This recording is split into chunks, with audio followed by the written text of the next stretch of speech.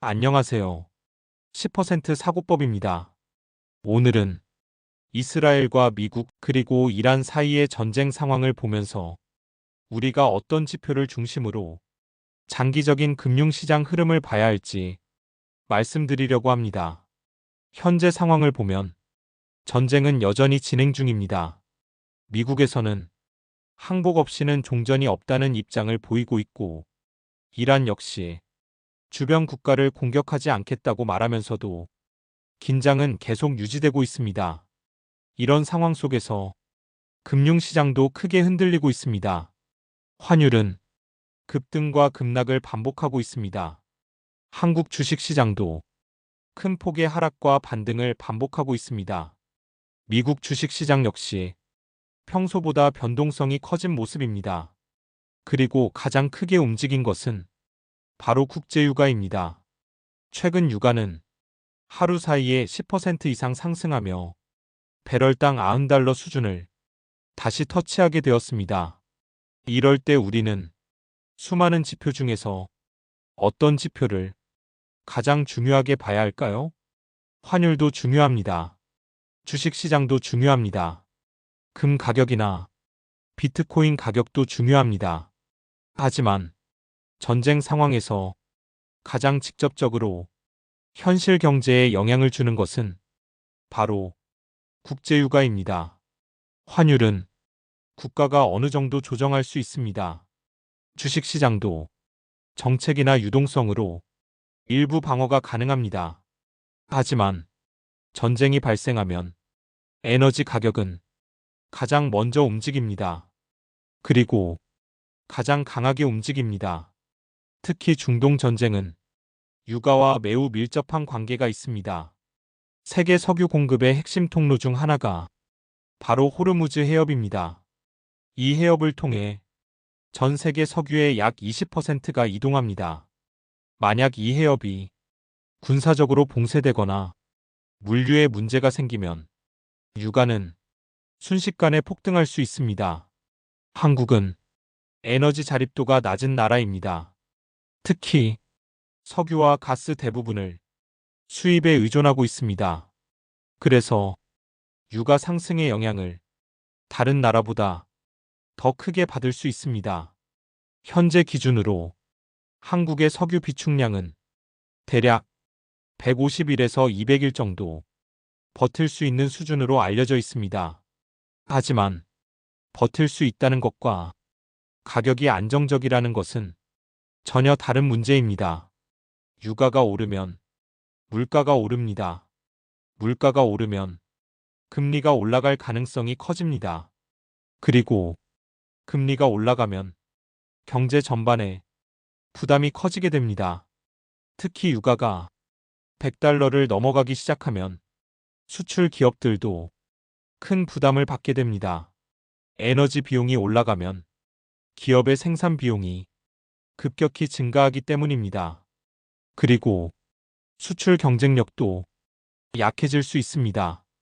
이렇게 되면 달러 유입이 줄어들고 환율 상승 압력도 더 강해질 수 있습니다. 그래서 지금 시장 상황을 이해하려면 다른 어떤 지표보다 국제유가의 흐름을 가장 중요하게 봐야 합니다. 지금 한국 주식시장은 상승과 하락을 반복하고 있습니다. 그리고 금요일 밤에는 유가가 크게 상승했습니다. 이 상황에서 월요일 한국 주식시장의 방향을 정확히 예측하기는 굉장히 어렵습니다. 하지만 한 가지 추론은 가능합니다. 지금과 같은 상황에서 시장이 크게 상승하기는 쉽지 않을 가능성이 있습니다. 물론 전쟁 분위기가 갑자기 완화된다면 이야기는 달라질 수 있습니다. 하지만 지금 단계에서는 그 가능성을 확신하기 어렵습니다. 그래서 투자 전략에서도 한 가지 중요한 원칙이 있습니다. 바로 현금을 너무 빨리 다 사용하지 않는 것입니다. 시장에는 예상보다 더 큰 하락이 갑자기 올 수도 있습니다. 특히 전쟁 상황에서는 공포 심리가 순식간에 확산될 수 있습니다. 그럴 때 많은 투자자들이 좋은 자산을 저가에 매도하게 됩니다. 그리고 그때가 바로 장기 투자자에게는 기회가 될 수 있습니다. 우리는 이미 비슷한 경험을 했습니다. 바로 2022년이 러시아의 우크라이나 침공입니다. 그 당시에도 전쟁이 시작되자 유가는 120달러까지 상승했습니다. 환율도 200원 이상 급등했습니다. 그리고 시장 불안은 6개월 이상 지속되었습니다. 이처럼 전쟁이 발생하면 금융시장의 변화는 생각보다 오래 이어질 수 있습니다. 그래서 투자에서 가장 중요한 것은 속도가 아니라 생존입니다. 자산을 한 번에 투자하기보다는 시간을 나누어 천천히 투입하는 것이 좋습니다. 그리고 자산을 달러, 금, 주식 이렇게 분산하는 것도 중요합니다.